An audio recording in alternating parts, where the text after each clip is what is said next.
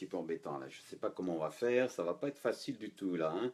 On va le mettre comme ça, on va le mettre comme ça. Eh oui, oui, oui, oui. Bonsoir, bonsoir à tous et bonsoir à toutes. Eh oui, nouvelle semaine et c'est parti, c'est lundi. Le meilleur est à venir avec, eh ben d'abord bonsoir et bonjour à tous ceux qui regardent le replay, toutes celles qui regardent le replay. Merci beaucoup de prendre un petit peu de votre temps pour partager quelques bonnes nouvelles, quelques informations amusantes et pourquoi pas vous inspirer pour cette semaine à quelques jours de Noël hein, et du jour de l'an. Hein, on s'en rapproche petit à petit. D'ailleurs, je suis en train de vous préparer un spécial Noël. Alors, j'ai tout un tas de... Il y a pas mal de choses qui passent sur les réseaux sociaux, donc vous imaginez bien que ça va être super sympa et qu'il va y avoir pas mal de choses qui vont se dérouler. Alors, je voulais vous montrer tout d'abord le drapeau, avant de saluer tous ceux et toutes celles qui sont en direct. Mais alors, j'ai un petit problème avec le drapeau parce que le drapeau aujourd'hui, il est comme ça, le drapeau. Alors si je le mets en version avec un fond blanc, ça donne ça. Et maintenant, si je le mets avec un fond noir, regardez bien, ouais, ça donne ça.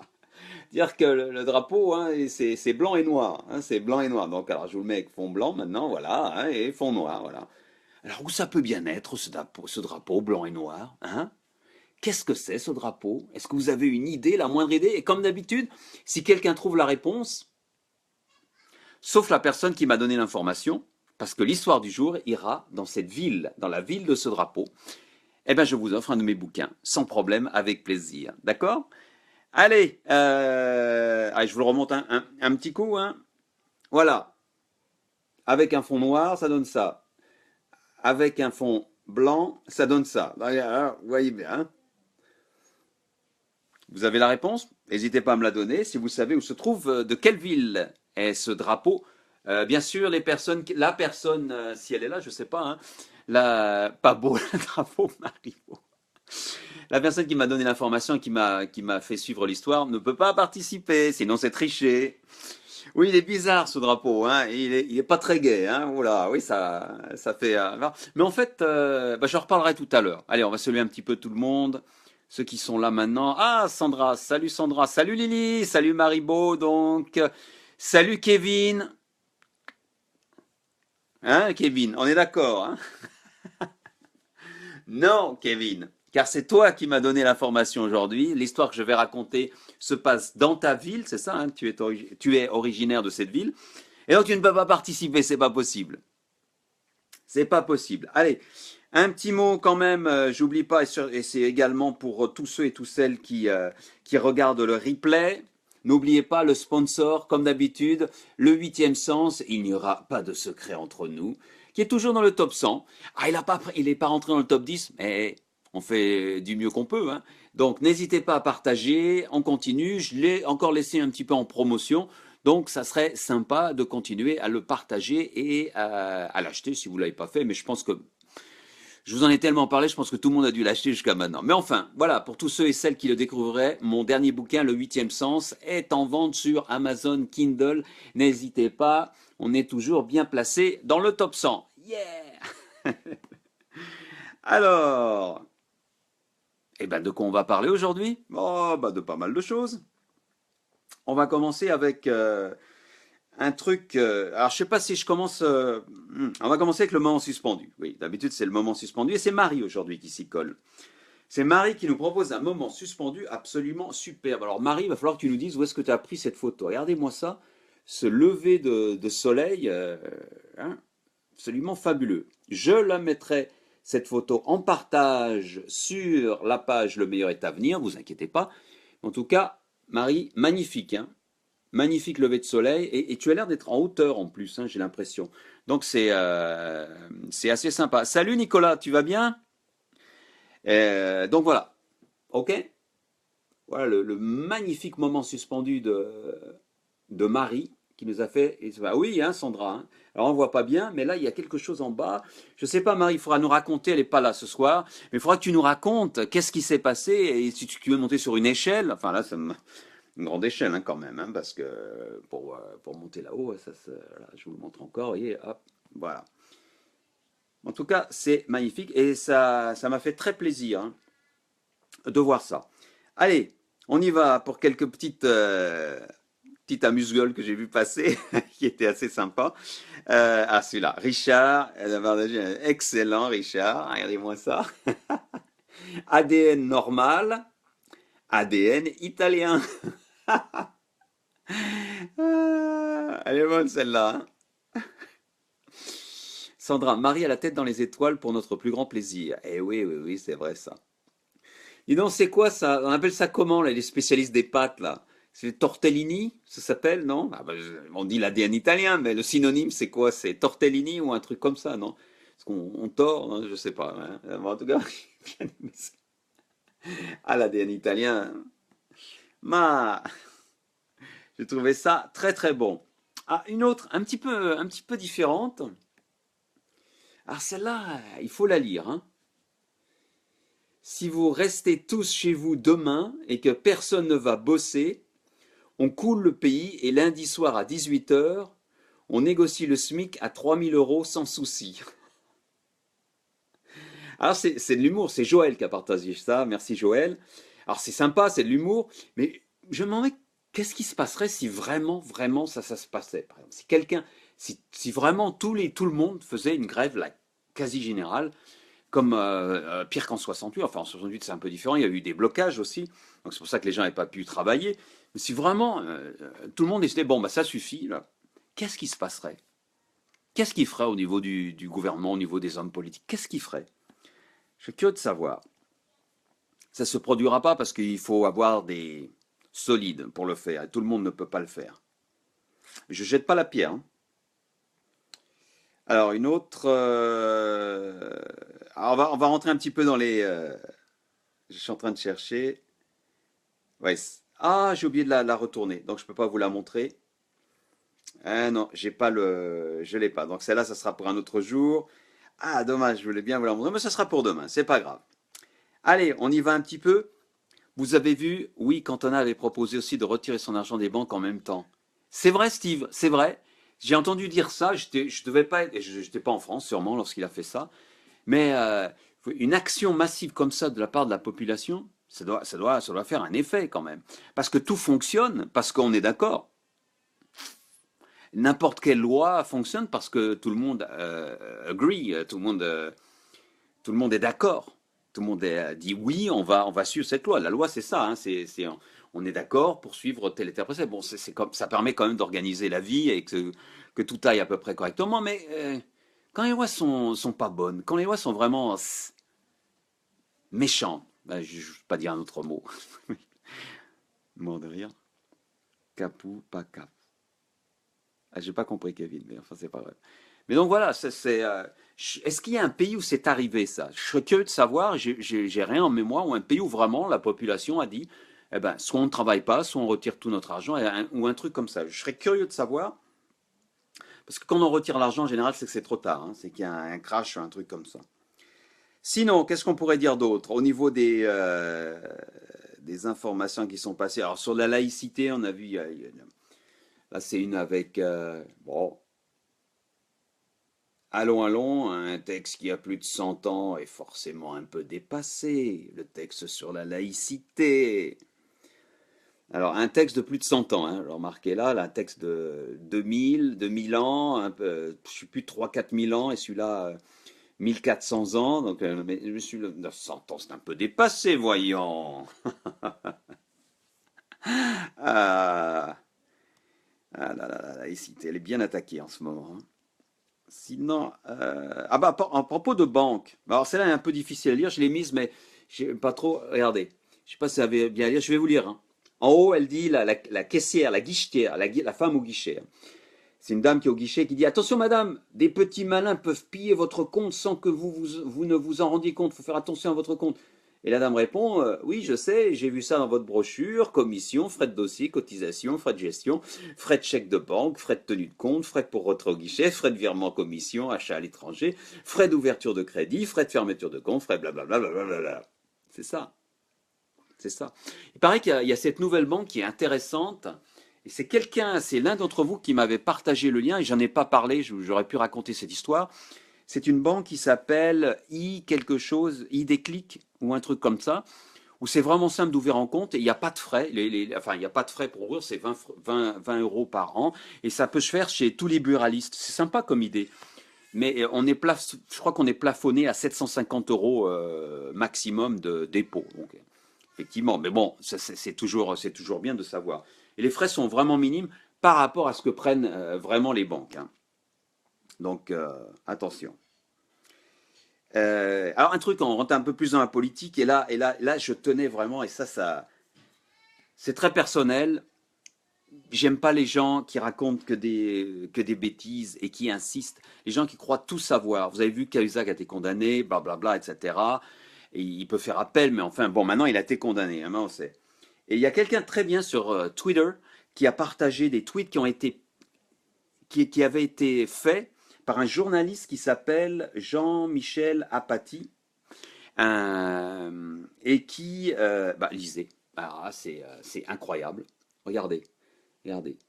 C'était au moment où on attaquait, ou je crois que c'était Mediapart qui attaquait à Paty, les attaques de Mediapart contre Monsieur Cahuzac nous renvoient aux heures les plus sombres de notre histoire. Jérôme Cahuzac est un grand ministre, c'est peut-être ce qui gêne Mediapart qui n'a pas le commencement d'une preuve contre lui.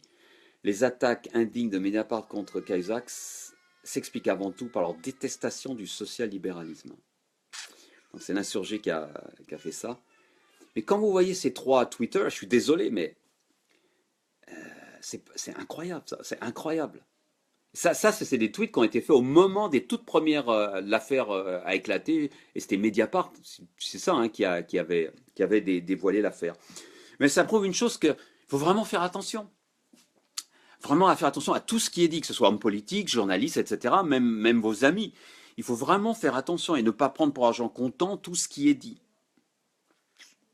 Et j'ai vu ça encore aujourd'hui avec Macron. Si vous creusez un petit peu les personnes qui sont derrière Macron, je ne vais pas aller plus loin, hein, je ne veux pas vous trop vous embêter. Je parle de ça dans le cadre du vote pour 2017. Il est sympathique, Macron, comme ça. Là. Il a tout sourire, il s'énerve un peu. Là, il nous fait il y a eu d'excellentes vidéos qui sont passées sur son dernier meeting. Mais regardez, creusez un peu sur ce qui se passe derrière. Qui est derrière, qui le pousse. On se pose des questions. Il y a aussi sa façon de travailler, etc. Bon, Macron, c'est comme les autres, hein. Je l'attaque pas juste lui, mais je pourrais en attaquer d'autres. Alors voilà, on revient à notre... Salut Manon, ça va? On revient à notre drapeau. Alors personne n'a trouvé ce drapeau, sauf un, mais parce qu'il connaît. Alors c'est le problème de mon drapeau aujourd'hui, voilà, hein, je vous l'ai dit. Ça c'est le drapeau, je vous mets le fond noir maintenant, et ça fait le drapeau dans l'autre sens. Alors, de quelle ville est ce drapeau? Non? Aucune idée? C'est le drapeau de la ville de Metz, en Lorraine. Eh oui, noir et blanc. Ce blason est comme ça. Et c'est un blason, oui, je vois Kevin. C'est Kevin qui a partagé l'info là, qui passe là, avec son petit cœur, avec son sourire. Et c'est en fait dans le monde des blasons, c'est très vieux ça, hein, j'ai regardé, ça date de la République messine. Je ne savais même pas que ça existait. Entre le XIIIe et le XVIe siècle, il y a une république. Metz est une ville indépendante qui s'appelait la République messine. Et on ne dit pas noir et blanc. Ça, dans le langage des blasons, c'est argent. Et ça, c'est sable. Donc c'est de sable et d'argent. Ou d'argent et de sable, plutôt dans ce sens-là. Voilà. Ah, tu le trouves chouette, Manon? Eh ben voilà. Bah voilà, il est tout simple à dessiner pour les enfants de Metz, hein. Allez, dessinez le drapeau de la ville. Oh, bah ça va pas être trop difficile. Parfois, c'est hyper compliqué. Voilà. Alors, pourquoi je vais vous parler de Metz aujourd'hui? Parce qu'on va parler d'un retraité. Un retraité qui s'appelle Michel Furman, si je ne me trompe pas. C'est ça. Michel Furman. C'est un gars qui a été ingénieur, qui a travaillé qui était ingénieur, et qui, de par son travail, a été amené à voyager sur les 5 continents. C'est joli. Il a une belle vie. Il a pu voyager, il a pu travailler et prendre l'avion, aller voir d'autres cultures, etc. Et lorsque Maribo minimaliste, oui, drapeau minimaliste. Ah oui, là, quoi, le minimaliste, ce serait blanc. Ce serait pur. Bref, Michel a voyagé, Michel a vu d'autres cultures, et Michel a vu également beaucoup de misère. Il en a vu sur les 5 continents. Et ça l'a beaucoup marqué. Lorsqu'il a pris sa retraite, lorsqu'il a terminé son boulot, il a décidé de s'investir, il a pris sa retraite à Metz, et il a décidé de s'investir pour aider les autres. Parce que Michel a du cœur, comme vous et moi, il a décidé d'aider, tout simplement. Et pendant pas mal d'années, plus d'une dizaine d'années, il a été bénévole, entre autres, à la banque alimentaire. Vous connaissez la banque alimentaire, donc donner à manger à ceux qui n'ont pas beaucoup. Et puis, au bout d'une dizaine d'années, Michel a du caractère. C'est pas un gars ouais, qui dit rien, qui obéit. Il a son caractère, hein, Michel. Hein. Attention. Hein. Et donc Michel a quitté la banque alimentaire. Mais Michel n'a pas décidé d'arrêter d'aider les autres. Qu'est-ce qu'il a fait? Il avait à peu près à ce moment-là 65 ans. Il a décidé de prendre son vélo, d'avoir une petite carriole derrière, un petit carriole derrière qu'il avait trouvé. Il a décidé de faire le tour des boulangeries de Metz, de récupérer les pains invendus que lui donnaient les boulangers, parce que de toute façon ils allaient les jeter, et ensuite de les distribuer lui-même aux SDF, aux migrants, à tous ceux qui étaient dans la rue. Tout simplement tous ceux qui avaient faim. Il suffisait de lui demander, il donnait du pain.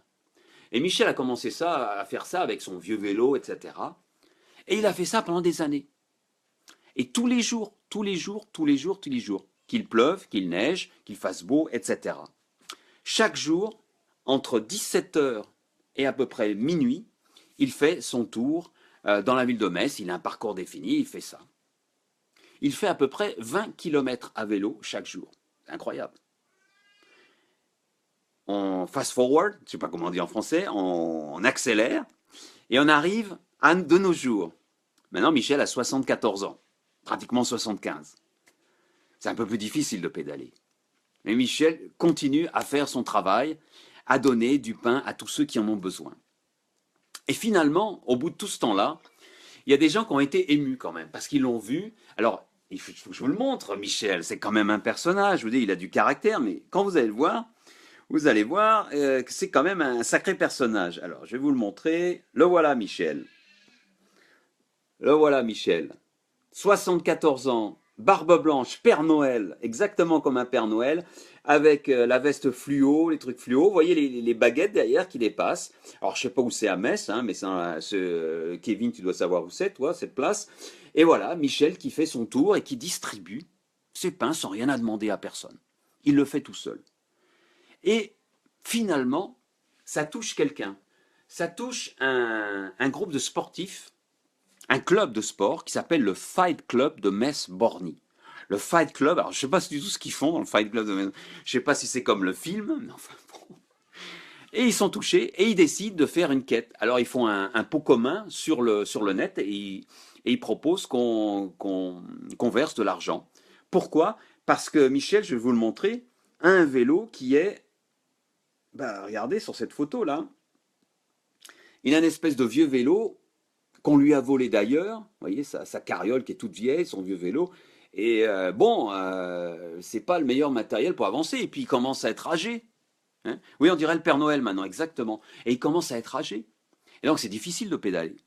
Et donc il se mobilise, il mobilise pas mal de gens. Les supporters du FC Metz football, là je parle, qui s'appelle la Horda. Je ne les connais pas, mais c'est la Horda. Vous savez qu'ils ont des noms, les supporters, les groupes de supporters, ça dépend dans quelle tribune ils sont. Ils se mobilisent aussi, ils font une quête, etc.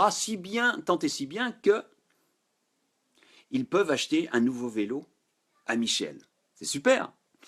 Un vélo électrique, s'il vous plaît. Ah, donc ça va être beaucoup plus facile pour Michel maintenant. Alors non seulement ça, mais la petite carriole qu'il y avait derrière, je ne sais pas si on dit carriole d'ailleurs, comment ça, je suis en train d'appeler ça carriole, mais c'est pas une carriole, donnez-moi le mot là. Mon français, comme d'habitude, me fait défaut. C'est pas une carriole qu'on doit appeler ça, comment on appelle ça? Enfin bref. Et ils réussissent, le club, j'ai deux voix en même temps. Ah, désolé Anthony. Salut, tiens, ça va, ça. Alors, ça motive, alors écoutez bien, c'est le Centre lorrain de formation des apprentis de l'industrie qui s'est sensibilisé à ça et qui décide de fabriquer cette carriole. Mais alors, le Centre lorrain est divisé en plusieurs endroits, c'est sur plusieurs villes en Lorraine. Et en 2 semaines, il se mobilise et lui fabrique une sorte de petite carriole pour mettre derrière le vélo.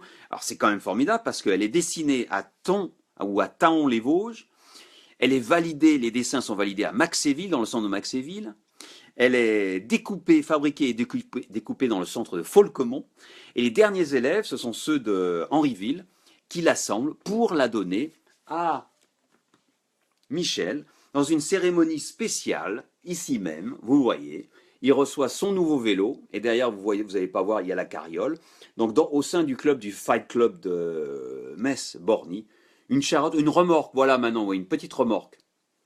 Voilà, je pense que c'est mieux de dire ça. Et vous voyez Michel qui reçoit son nouveau vélo électrique grâce aux dons généreusement offerts par toutes ces personnes qui sont mobilisées pour qu'il puisse continuer. Et qui là, on lui explique comment ça marche un vélo électrique. Parce que Michel n'est pas trop courant, hein, il a l'habitude de pédaler.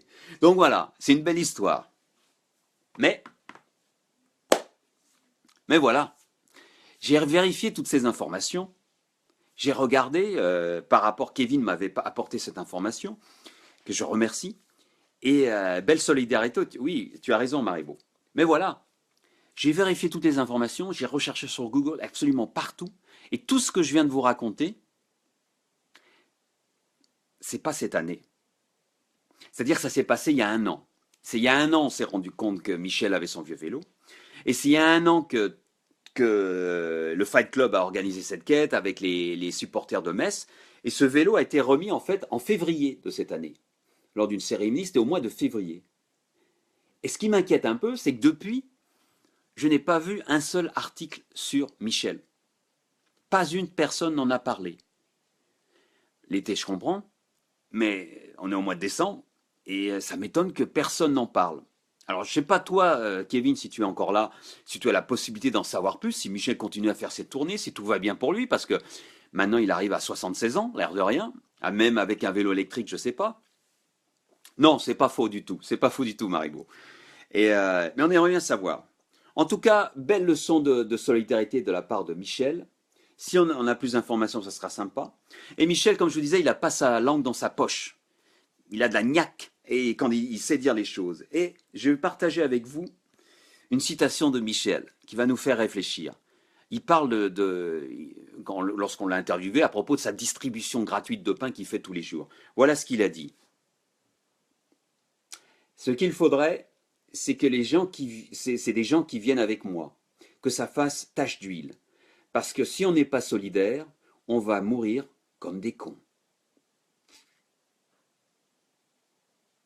Eh oui.